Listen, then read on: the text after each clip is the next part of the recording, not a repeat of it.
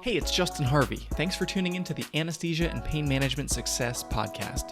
With APM Success, we take a close look at important topics pertaining to business, practice management, personal finance, and careers for anesthesiologists and pain management physicians. We work hard to take your critical questions straight to the experts. Thanks for listening. Hello and welcome to episode 104 of Anesthesia and Pain Management Success. I'm really pleased to be bringing you part 2 in a 3-part series about estate planning. And I have with us today Nathan Kavlie, who's an attorney, a legal educator, and an entrepreneur who has started this virtual estate planning practice with his partner Notesong, whom we heard from last week. Nathan, thank you very much for joining us today. It really is my pleasure. Thank you for having me. I'm excited to dive into today's content where we're going to talk about probate and trust, utilization, and how those ideas interact. This is very important for physicians to be able to understand because it's the kind of thing where there's a lot at stake in terms of cost, in terms of the ways that you can shield yourself from cost in your estate so that more of your assets go to your loved ones and less goes to Uncle Sam or lawyers who are adjudicating the probate process. But to start us off, you are from the Midwest, grew up in North Dakota, and you're now in Minneapolis. Tell us a little bit about your background. So I grew up in Jamestown, North Dakota. I don't know how much Notesong talked to, but Notesong and I were friends from high school, and so it's very flat.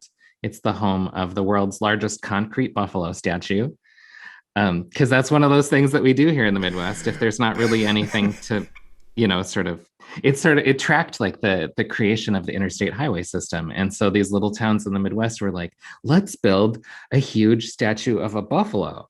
Or up near where my great grandmother lived, it's called the Turtle Mountains of North Dakota, which are really just sort of tall hills. They built, it's a fiberglass statue of Tommy the Turtle. It's a turtle riding a snowmobile, and it's about 30 feet tall. And there's a cow near Bismarck. There's Paul Bunyan and Babe the Blue Ox in Bemidji, Minnesota. They're all over the place. It's I love them. I find them incredibly fascinating because it's such a snapshot of like a time period of our nation's history and the aesthetics. Yeah, my brother and I are actually getting ready to drive a moving truck across America as we head to the West Coast. So we're gonna have to make sure and I'll get a list of some of these roadside attractions for you. You should. Take some selfies.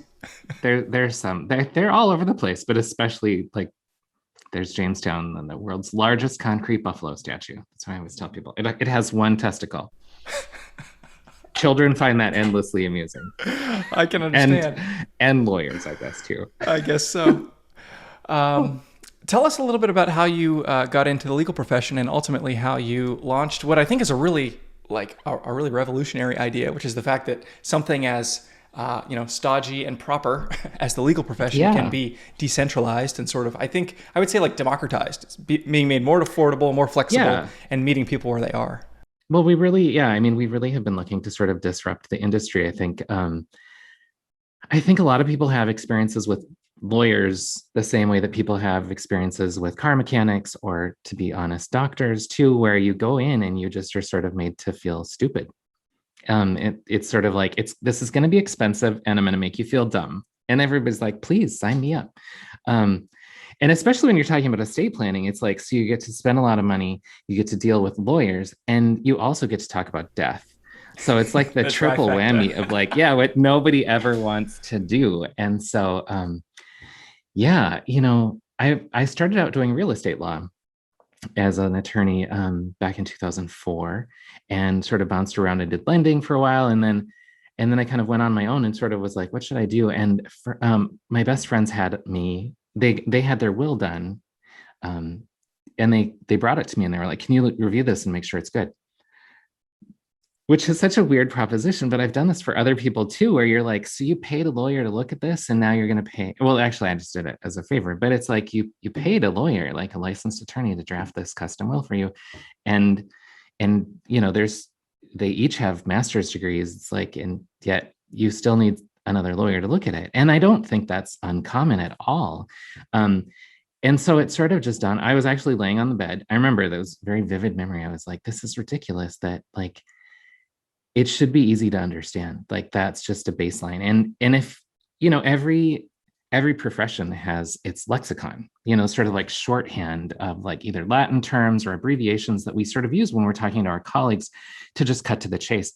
But and every profession has this, everyone. And I think the key is to sort of take the time to actually translate those into sort of like respectful language, because that's the problem that I think lawyers and doctors and car mechanics, it's like, you're like, I don't understand this Latin word that you said. And then the doctor's like, there's a thing in your tummy.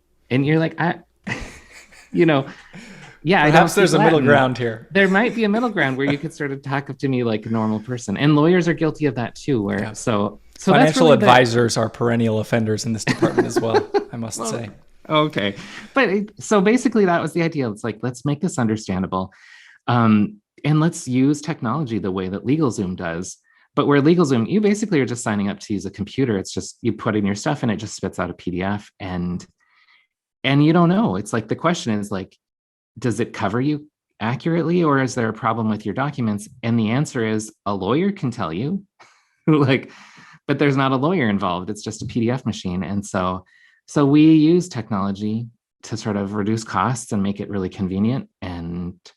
But ultimately it comes down to, Notesong and I spending the time to really sort of translate these concepts into, understandable, respectful, plain language. And I love it. It's really fun. I mean, my mom in North Dakota, she was a piano teacher. She is now retired. She'll tell you that. And she read her will that we wrote for her, and she came back with some questions, and it was sort of, these were the questions at the very end of the document where it's like, this section is for lawyers, and she was asking the questions, and I was sort of like, Mom, this is for lawyers, but I'll still explain it to you. And so I love it. It's fun. Yeah. And it's such important work. I got to say, one of the first deeply formative experiences I had as a financial advisor, as a young 22-year-old kind of earning his spurs out there, was I will never forget. I was on a conference call with the senior partner of my firm and one of our clients and one of their estate attorneys.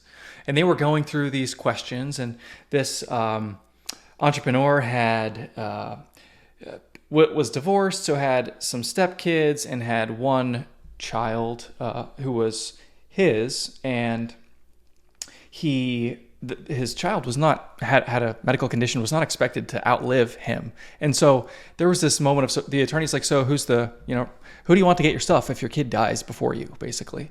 And there was this just long pause, and it was this very sober, and there was this moment of vulnerability, and there was like, David, referring to my boss, like, what do people usually do? Like, what should I do? It never really occurred to me until this moment that I might have to dispose of my assets in some way, that if my kid dies, then they're not going to. So that sort of made a dent in my psyche in some kind of way, that like this work is deeply personal, it's deeply impactful, and it's difficult for these reasons, because it's dealing with death and dealing with these terrible potentialities of your kids not living longer than you.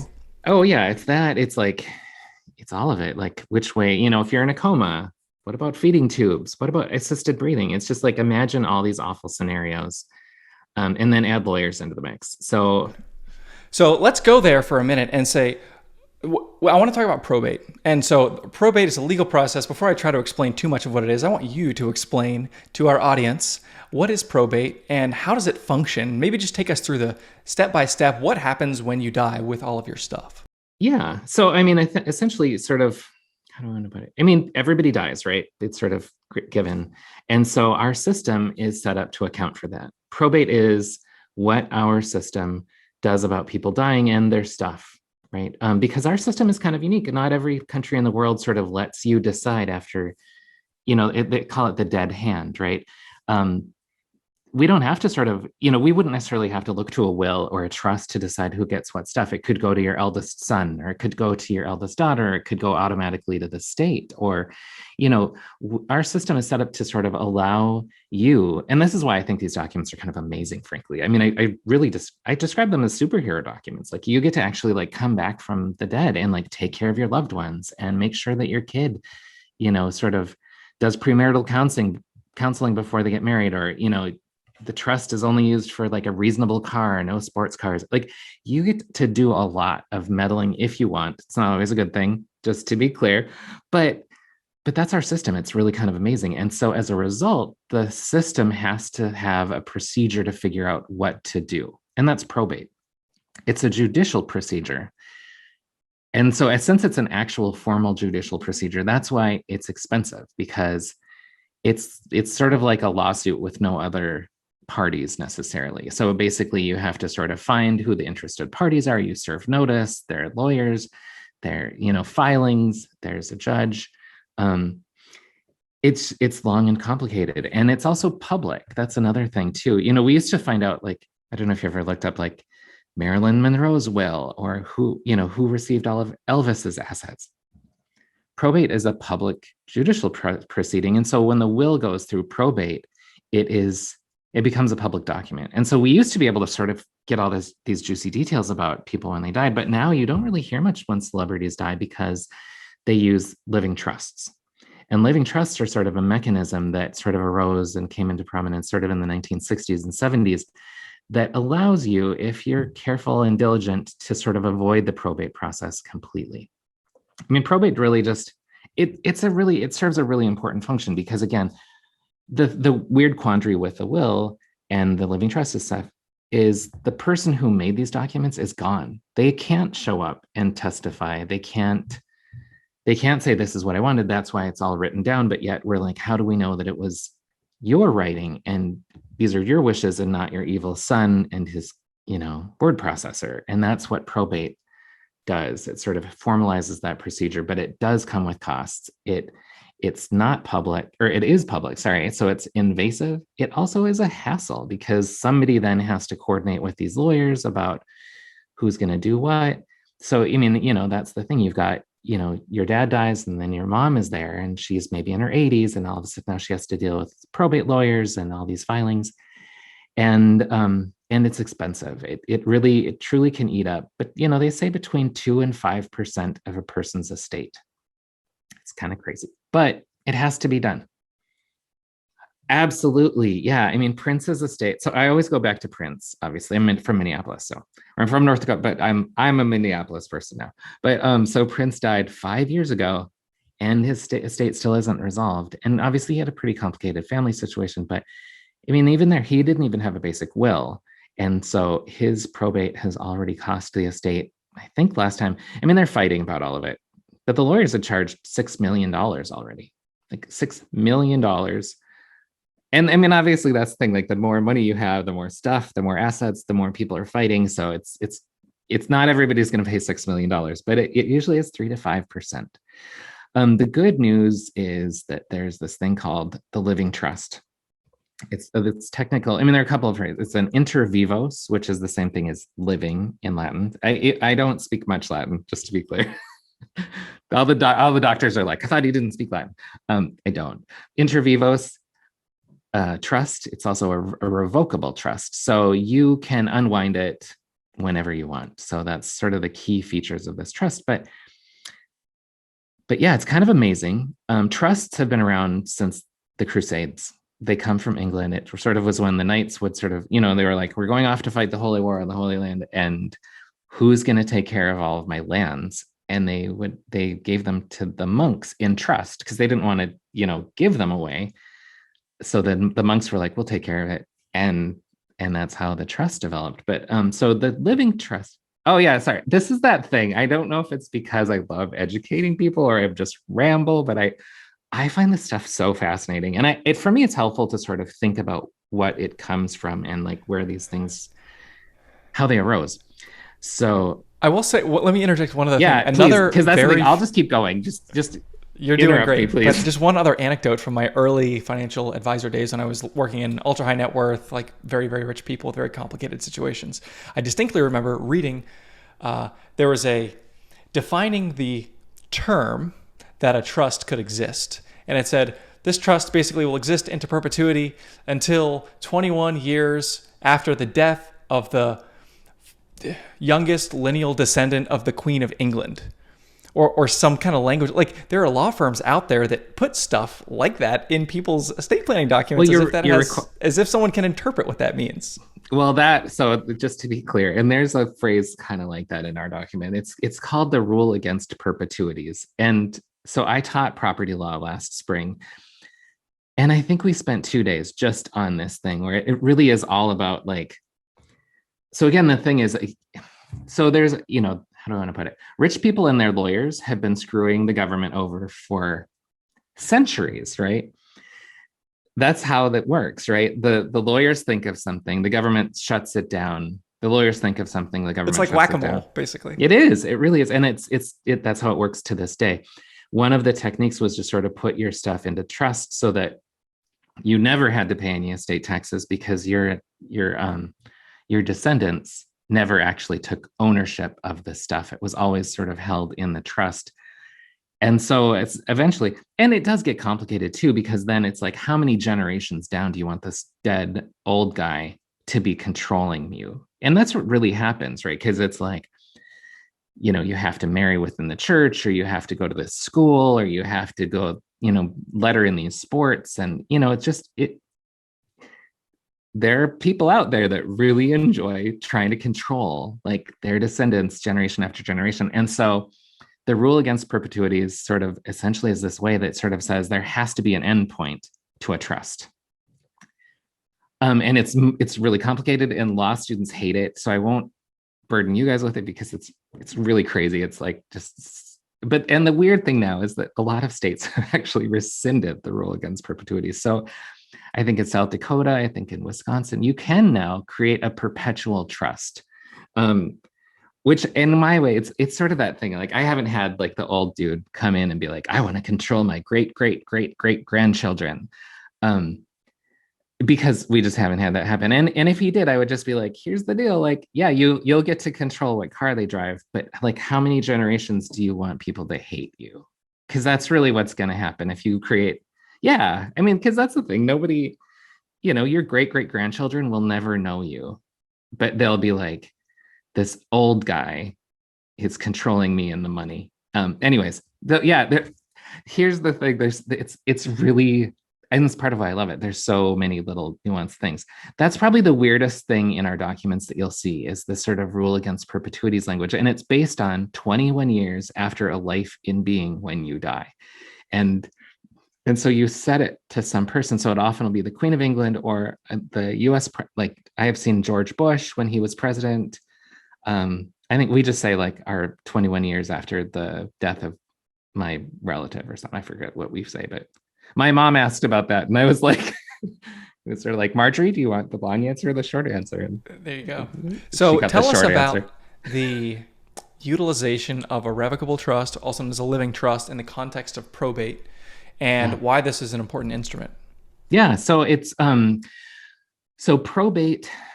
So when we think about probate, I think the next thing we should talk about is non-probate assets, which if you've heard people talk about probate, you've probably heard about non-probate assets. And we're talking, the things everybody knows are life insurance and retirement accounts. Those are always non-probate. And the reason for that is when you sign up to get a life insurance policy, you designate who the beneficiary is.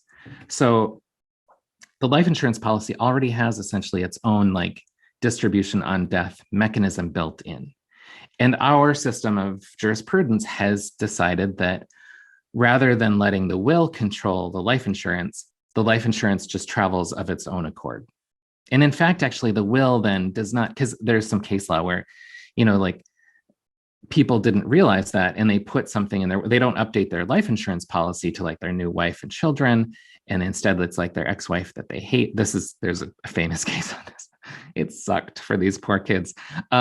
Anyways, the ex-wife got everything because the guy wrote in his will, like everything, including my life insurance, goes to my new wife and my kids. But the will does not trump the life insurance. It's a non-probate asset. It goes outside of probate. And the same for retirement accounts.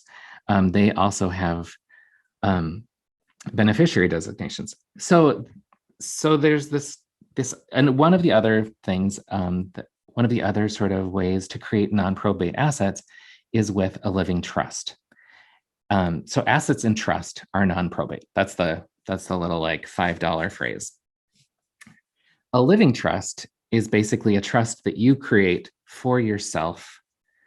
It's sort of weird because usually you create a trust. It'll be like, and a lot of our clients do this. So they'll set up language in their documents. So it's like, if I die young, I will create a trust for my young children so that they won't inherit all this money when they turn 18. Instead, it'll dole out to them in segments over time. Hopefully they'll get smarter with money and they won't blow it all on, you know, hookers and cocaine. So it's like, so in that instance, you, the parent, are creating the trust. Your children are the beneficiary, and you're going to name trustees. These are the people that will essentially stand in your place to dole out the money and sort of decide, if your kid's like, I want to go backpacking through Asia, and maybe that makes sense, and there's a lot of money, and you're like, yeah, go for it. And we have language that we can put in there for stuff like that. Or they're like, I want to buy a Maserati, and then they're like, no, don't do that. The living trust is weird because you serve all three functions. You are the person who creates the trust. You are also the beneficiary of the trust, and you're the trustee of the trust. So you serve all three roles, which is kind of a little bit of legal trickery. But the good news is that courts throughout the United States, like, these are not experimental sort of legal mechanisms. Living trusts are established law throughout the entire country. There's no concern with using them because it is a little bit weird. But so that's the deal. You serve all these roles. And so you set up a trust for yourself. And then you create essentially mechanisms of what happened after you die. So everything that you would ordinarily put into your will about, like, everything goes to my spouse, and then it goes to my kids, and then it goes to some charities, that all then goes into your trust. And we still create a will for you. The will then basically just says, if I forget to move anything into my trust, do it now. So it sort of acts as like a cleanup mechanism. Does it still go through probate? It would, right? The will, yeah. So the goal here, and this is that thing with the trust, it's an amazing mechanism, and it can save you a lot of money and stuff, but it's not like you get to just sign the line. We describe it for our clients now that there's essentially creating like a comprehensive estate plan really now has two phases. The first phase is when we talk about your kids and we talk about who should get your stuff. And then the second phase is when we move your assets into the trust, because it doesn't just happen when you sign it. You actually have to, again, in that thing, like with non-probate, we have to make sure that we arrange each of your assets individually. And it's not the end of the world, but it just isn't like a stroke of the pen. Right. So when you create this trust, anything that gets titled in the name of the trust is still functionally your property. You use it for whatever you want to, but it then becomes a non-probate asset. Exactly. Yeah. So the goal here, it's sort of really unintuitive, but essentially the goal is that for legal purposes, legal title to your asset. So like, you own your home, you and your wife own your home. And so if you look on the deed, it says your names, like you're the owners.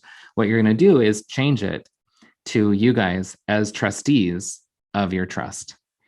And so legal title, you no longer actually hold legal title. Legal title is held by you as trustee of the trust. It really ends up being sort of like, we describe it as like a magic box. It's like just made out of words, really, because that's kind of how all these, like lots of stuff is like that, right? But especially this, because the house doesn't move. You still have the keys. You get to go in and sleep in it and watch TV and host dinner parties. And if you decide you want to sell it, you can sell it. But if you decide to sell it, you'll essentially be doing that as trustee of the trust rather than as you individually. Yeah. So the exclusive purpose or primary purpose of this type of trust is to circumvent probate, essentially. Yeah. That's really its main purpose. Yeah. It's really, it's really its only purpose, actually. I shouldn't even say that. And the goal really is to sort of move all of your assets over, because that way, then if you move everything over for probate purposes, you own nothing. That's really our goal here. And if you forget to move any of your assets into the trust, or if you sign your documents and die the next day, that's why the will sort of acts as a backstop. But then your stuff does go through probate still. It just then dumps into the trust afterwards. Got it. So if you think about the balance sheet of a physician who has a bunch of assets, maybe a few debts, you've got maybe a house, maybe you've got shares in a medical practice or some kind of business, you've got cash, you've got investments. As you kind of walk down each of those, if you get a house, the house gets titled in the name of the living trust. If you've got cash, that could also either get titled in the name of the trust, or maybe you would do like a transfer on death potentially. Yeah, this is that thing that this is the fun part of phase 2, is that we really sort of, we sort of categorize all of your assets and just walk through them. Financial accounts are a little bit tricky, and because some accounts do have a beneficiary mechanism, so they will pay out upon your death, and some accounts don't. And so it really depends. And sometimes you can sort of switch your accounts over, which, again, it gets kind of tedious, to be really honest. But it's important work. And the nice thing, and this is the key too, it's that I sort of feel like needs to sort of be stressed. It's not just about the money. Like by doing it now, it's two scenarios, right? Your parents have a lot of money and they have a lot of assets and all that stuff. And they do a will, which is good because as we find out with Prince, doing a will is better than not doing a will. It saves a lot of time and hassle in probate. So doing a will is definitely a good first step. But that's where then it goes through probate and your mom has to then deal with all this stuff. If you set everything up and go through the effort to sort of arrange your assets into trust, and some people are like, oh, I should wait until I'm in the 70s. But it's like, no, if you do it sooner rather than later, then as you acquire new assets, when you acquire a lake home in another state, or if you can then immediately just move them right into your trust. And that way, then when dad dies, mom doesn't have to go through probate. It just essentially, she just sort of, all of the stuff that the trust does when one spouse dies just happens pretty much automatically.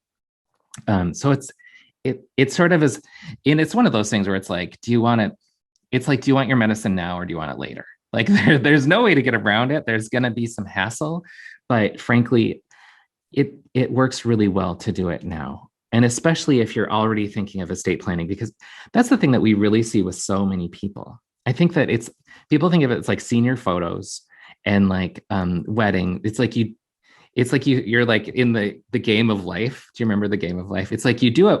Yeah, you do it once, right? You only have to do your senior photos once, and you only get married once, and you only do your estate planning once. But so everybody's like, well, I want to do it right. And there's so much information out there, which is really great. But I think people then get really worried about, they get all of these conflicting ideas. And so then years go by when essentially your family is sort of at risk, depending on what could happen. So do it. That's the idea. Yeah. It's just get it done. Do it soon. And in order to, based on the balance sheet analogy I was using before, one of the things you might consider is to just get as many assets as possible, up to and including, everything, to transfer on death in some way by a beneficiary mechanism, by it being owned in a trust, or one of those other sort of features, so that as little as possible goes through probate.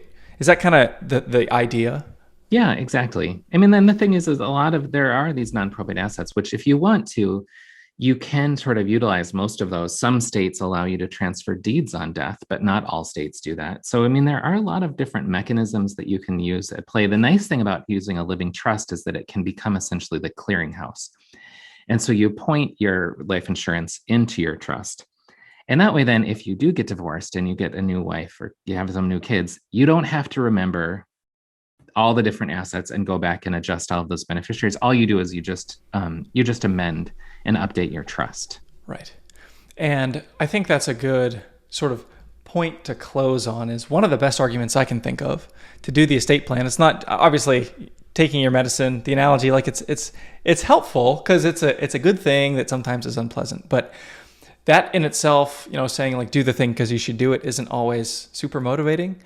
The way I think about it is it's an expression of love to the people that are going to have to deal with your mess whenever you die. And it may come on an expected timeline. It may come on an unexpected timeline.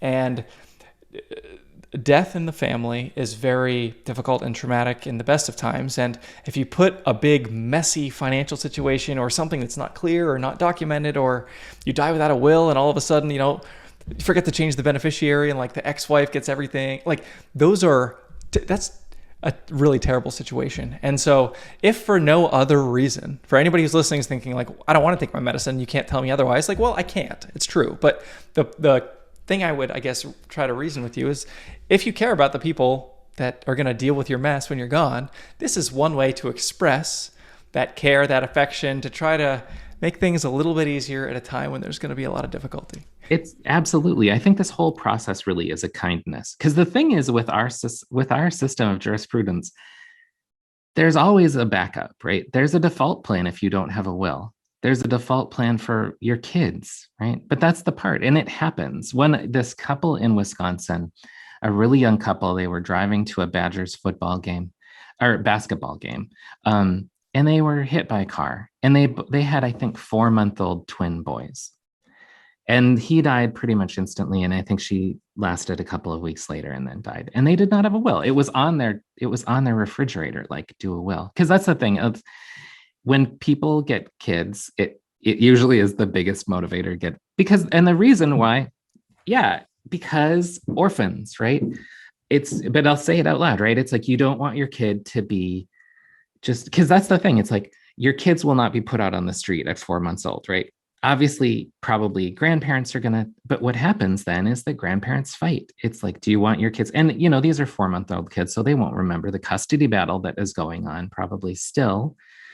But, if you have kids that are, 8 or 9 years old, and, both parents die, and all of a sudden grandparents and aunts and uncles are all coming out trying to sort of, and then your kids are going to have to meet with psychologists because the court's going to want to know who, like, do it for that. Like, it's like, I agree. It's like, I'll hit you on all levels, right? It really truly is a kindness, because you really do. It's like an act of love for your loved ones. You're taking care of them. You're simplifying things. You're putting your own house in order. But I'll get you every which way, because it does suck. I mean, imagine, like, the next time you're driving your kids around the backseat, imagine them having to deal with, like, court psychologists because you didn't ever get around your will. If that's what helps, I'll go there, right? It's a rare event. Thankfully, it doesn't happen often, but it happens to people, like real people that intended it. And so that really is the motivation for what we do. It's why we've spent so much time and effort to really try to make the process suck less. Like, it's about death, right? And we're not going to sort of pretend it isn't, but we're here to help you take care of your kids. It really is. It's much cooler than what I used to do, lending law. Yes. I'll say that. So for anybody who is like, okay, Justin, Nathan, you've convinced me, go to apmsuccess.com/104. I'm going to put Nathan and Notesong's contact info there. We'll put a link to their company, thoughtfulwills.com. If you're interested in commencing this process with them, would highly encourage you to do so. Now is the time. So Nathan, any other parting wisdom? No, I mean, it's don't let my phrase that I keep coming back to, especially with doctors. Two things I want to just say. First, when it comes to doctors, you just need to get a living trust. If you were social workers, and we have clients that are social workers, then we have to talk about their assets and sort of their income generation potential to see whether or not the living trust really makes sense. But for doctors, for physicians of all stripes, it just makes sense. So that's it. This is an easy question. If you want, you can ask me and I'll walk through it with you. But the other part is, don't let the perfect, I got this phrase so wrong all the time. Don't let the perfect be the enemy of the good. And that's what we see over and over again with Prince, with Aretha Franklin. I mean, people die all the time because they thought they would get it all right. Or they think, this is the other thing too, we hear from clients. It's like, they have to do their homework first. And then once they understand all of it, then they'll call us to take care of it. And it's like, you don't need to.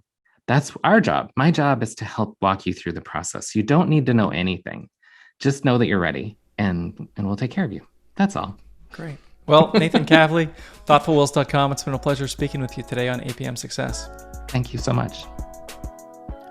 If you liked what you heard this week, head on over to apmsuccess.com, where you can find more content and free resources to help you build a successful career in anesthesia and pain management. If you wanted to leave a review in iTunes, I'd also really appreciate it. Thanks for using some of your valuable time to join me today on APM Success.